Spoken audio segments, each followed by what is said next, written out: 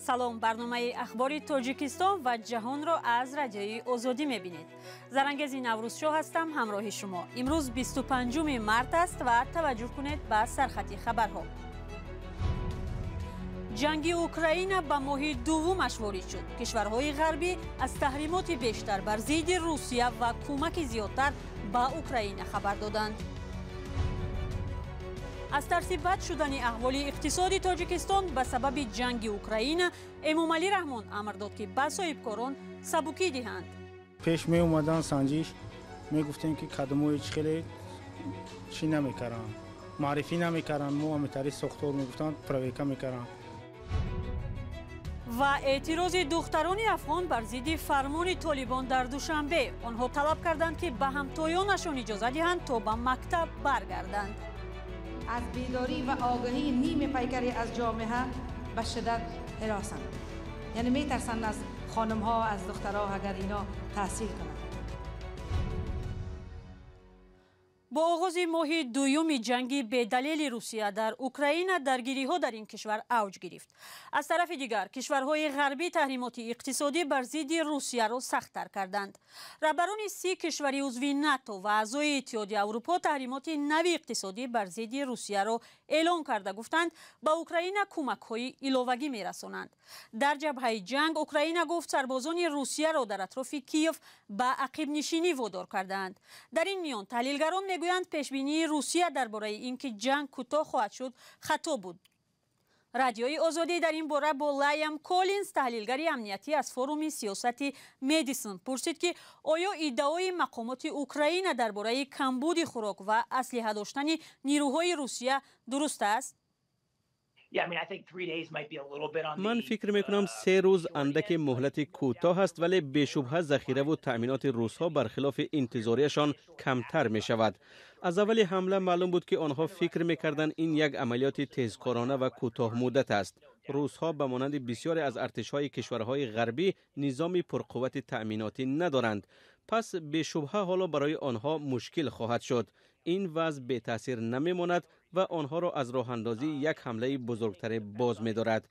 بنابراین آنها در بیرون شهرها نشستند و تنها از توپخانه استفاده می‌کنند. اگر آنها کوشش دارند در محل‌هایی که هستند مواد به دست بیارند، پس نشان دهنده آن است که ذخیره خودشان تمام شده است. سوال دیگر از تحلیلگر آمریکایی این بود که آیا نیروهای روسیه با مقاومت بیشتر در اوکراین روبرو می شوند و جنگ در شهرها چگونه خواهد بود؟ وقتی روسیه به شهرها وارد می شود خواهید دید که وضع تغییر می یابد. آنها در بیرون در موقع‌های نسبتاً امن قرار دارند و تنها از موشک‌ها و توپخانه‌ها استفاده می کنند. وقتی به شهر وارد شوند نه تنها با نیروهای مسلح اوکراین بلکه با ده‌ها هزار اختیاری که در شهرها با عنصرهای روسی می جنگند نیز دچار خواهند شد. از این رو روسیه واقعا نمیخواد که به درون شهرهای اوکراین درآید، ولی آنها مجبور هستند و هنگام حرکت به شهرها تلفات سنگین خواهند داد. این محاربه سخت در شهرها خواهد بود. در تاجیکستان که جنگ در اوکراین به قیمت‌ها تاثیر گذاشت و بعضی محصولات را کمچیر کرد، مقامات از ترس بدتر شدن وضع اقتصادی امر دادند که تفتیش صاحبکاران و تاجران برای مدت بس کرده شود. سنجش‌های پی در پی مقامات یکی از شکایت‌هایی است که همیشه از سوی صاحبکاران تاجیک صدا می‌دهد. اما آیا در واقع دستور آزاد کردن از تفتیش کار و تجارت صاحبکاران را آسان می‌کند؟ برات یوسفی گزارش می‌دهد. فرهاد زبیدوف از 3 سال به این سو در شهر دوشنبه تجارت دارد. چند روز قبل از رسانه‌های خبری آگاه شد که فرمان رئیس جمهوری تاجیکستان درباره اعلان شدن موراتوریا به همه نمود سنجش‌های فعالیت صاحبکاری تا آغاز سال 2023 به تصویب رسیده است. او این فرمان رئیس جمهور را در روی کاغذ چاپ و پشت در مغازه‌اش نصب کرد. فرهاد میگوید نشر این فرمان برای تقریباً 1 سال راه سنجش‌های زیادی مقامات را می‌بندد. پیش می اومدن سنجش می گفتن که کدامو هیچ خیلی چی نمیکردن، معرفی نمیکردن، مو همتری ساختار میگفتن پرویکا میکردن. مقصد میگفتن که کو خواهی اجازتنامه تو نشون تی مقصد در کتاب ما قید کنی نمیکردن. خواهی نه اجازت چی برآمد این خیلی خرسان. фарҳод мегӯяд тафтишҳои ба такрор барояшон зиёни зиёди молӣ меовард. аз ин рӯ дар ин шабу рӯз болоравии бесобиқаи қурби доллари амрикоӣ ба тиҷораташ фишор овардааст. расман эълон нашудааст ки ангезаи ин моратория чист. соҳибкорон тахмин мезананд ки он ба паёмадҳои ҷанги русия дар украина рабт дорад. иқтисоддонҳои тоҷик мегӯянд дар сурати дуруст татбиқ шуданаш моратория метавонад соҳибкоронро аз тақрибан 35% зиёни молӣ ҳифз кунад. 2 сол пеш агар эълон карда мешуд таъсири худро расонида метавонист, лекин ин аллакай чихегум як ба гуфти ба истилоҳи русу пояз ушол аллакай соҳибкор аллакай зарарҳои зиёдро дидан аз ҳисоби тафтишотҳои беҳуда. ин ҳам гуфта мешавад ки мораторияҳои гузашта ба вазъи иқтисодӣ таъсири зиёд надоштаанд, чун риоят ва назорат намешуданд. бинобар омори расмӣ дар як соли охир дар кишвар беш аз 20 000 бизнес баста шудааст. як далелаш ба гуфтаи таҳлилгарон тафтишҳои беасосу пайдарпайи мақомот будааст. таъсири баъди ҷанг дар Украина ва таҳримот бар зидди Русия на танҳо дар Тоҷикистон, балки дигар кишварҳои минтақа низ эҳсос мешавад. аз ҷумла дар Қирғизистони ҳамсоя ки нархҳо дар он ҷо баланд рафту тиҷорат ба мушкилоти зиёде рӯбарӯ шудааст. иқтисоддонҳои қирғиз тахмин мезананд ки таҳримҳои зидди Русия боиси буҳрони ҷиддӣ дар ин кишвар хоҳад шуд. ҳамкорам Шаҳлои Гулхоҷа гузориш медиҳад.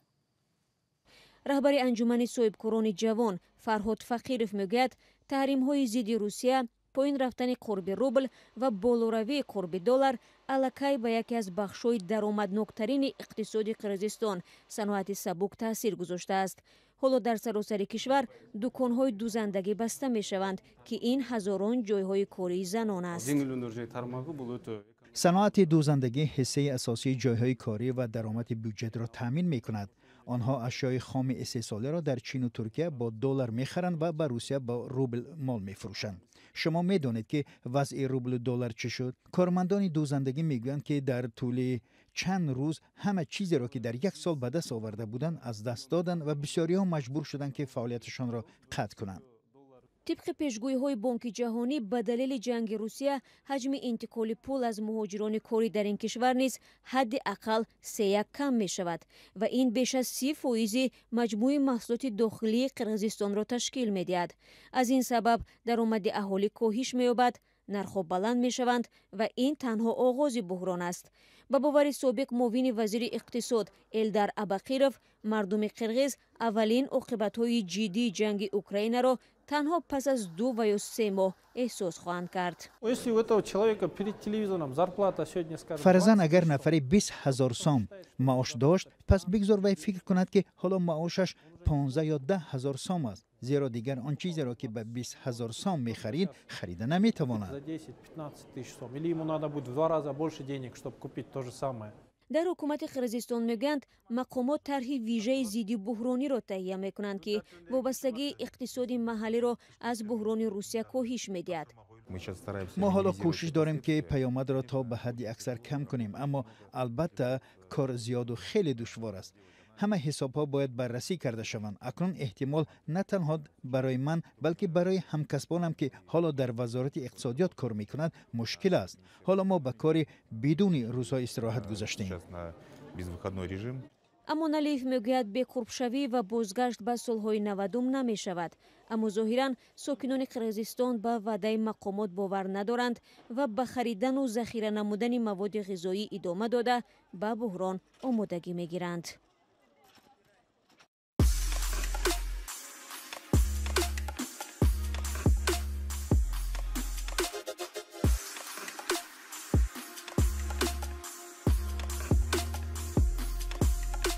همه چیزی که میخواهند و میخواهید در اینجا هست.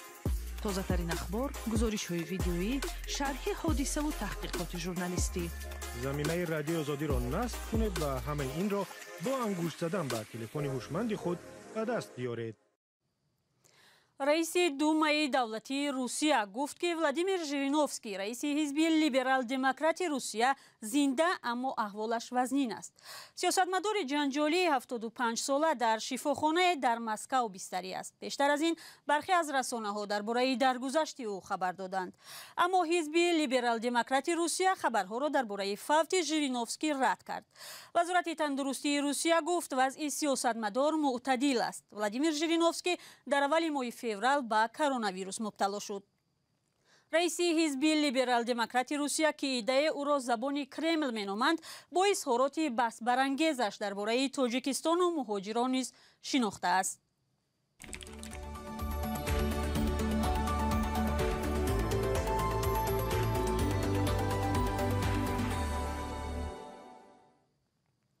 чанде аз кишварҳои ғарбӣ тасмими толибонро дар мавриди манъи таҳсили духтарони аз синфи 6 боло дар афғонистон маҳкум карданд. вазирони корҳои хориҷии британия, канада, фаронса, италия, норвегия ва амрико аз толибон хостанд ки тасмими худро дигар кунанд. онҳо гуфтанд ки ин кори толибон бархилофи ваъдаҳояшон ба ҷомеаи ҷаҳонӣ аст. имрӯз гурӯҳе аз духтарони афғон ба нишони эътироз аз маҳрум кардани ҳамсолонашон аз таҳсил дар душанбе гирди ҳам омаданд. алишер зарифӣ ҳамонҷо буд ва гузориши ӯро мебинем.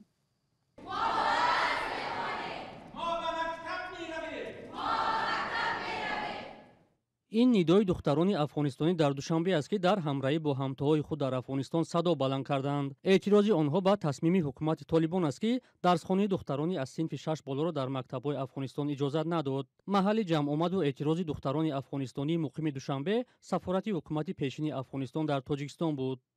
وزیر معارف نامنهاد طالبا دیروز میگه که خانم ها باید تا صنف 6 درس بخوانند، بعد از او دوام و ادامه تدریس برای زنها فساد را ایجاد میکند. یک کسی که به خواهر خود احترام داشته باشه، یک کسی که به مادر خود احترام داشته باشه، یک کسی که به همسر خود احترام داشته باشه چنین واژه را استعمال میکنه؟ هرگز نمیکنه.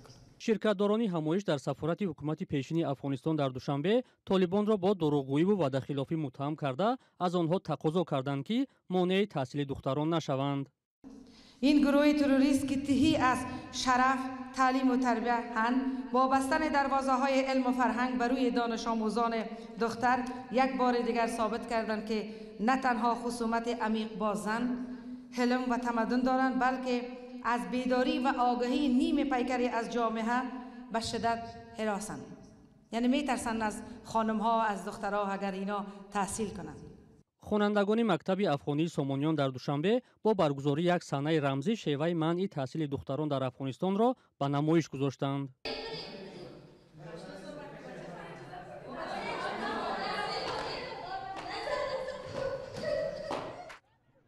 дар моҳи августи соли гузашта баъди ба қудрат расидани толибон дар афғонистон зиндагии занону духтарони он кишвар ба кулли дигар шуд. толибон дари мактабҳоро ба рӯи духтарони синфҳои болоӣ бастанд ва занонро аз ҳаққи кору озодиҳои дигар маҳрум карданд. толибон борҳо ваъда доданд ки ба ҳуқуқи занон дар афғонистон эҳтиром мегузоранд ва дари мактабҳоро барои духтарон боз хоҳанд кард. занони паноҳҷӯи афғонистонӣ дар душанбе мегӯянд ба ваъдаҳои толибон бовар надоранд. طبق اطلاع رسمی فعلا 15000 پناهنده افغانستانی در تاجیکستان زندگی دارند. در ضمن رهبری جبهه مقاومت ملی افغانستان احمد مسعود هم در یک پیام ویدیویی خود طالبان را برای وعده خلافی تنقید کرد. وی گفت آنها به عهدشان درباره تشکیل حکومت فراگیر و باز کردن مکتب‌های دخترانه وفا نکردند. پیام احمد مسعود فرزند قهرمان ملی افغانستان احمد شاه مسعود شب 24 مارس در فیسبوک نشر شد. برنامه را با یک خبر پای میگیریم. وزیر انرژی قزاقستان بولات اکچولاکوف 24 مارس گفت حجم صادرات نفت این کشور در پی صدمه در کنسورسیوم لوله خزر کاهش می‌یابد، ولی نه با طور فاجعه‌ای. در همه چاه‌های نفت قزاقستان قطع نقشه‌ای استخراج به خاطر تعمیر که از 40 تا 50 روز ادامه می‌یابد موجود است. بنابراین در نیم ماهی که کارهای برقرارسازی در کنسورسیوم لوله خزر ادامه می‌کند برای قزاقستان فاجعه‌ای نیست. این کنسورسیوم مسیر اساسی صادرات نفت قزاقستان به حساب می‌رود. اینجا به پایان برنامه اخباری آزادی رسیدیم. سپاس که با ما بودید. اخباری بیشتر از این را در سامانه azadi.org، صفحه‌های رادیوی آزادی در اینستاگرام و فیسبوک و یوتیوب و تلگرام پیدا کنید. خدا نگهدارتان.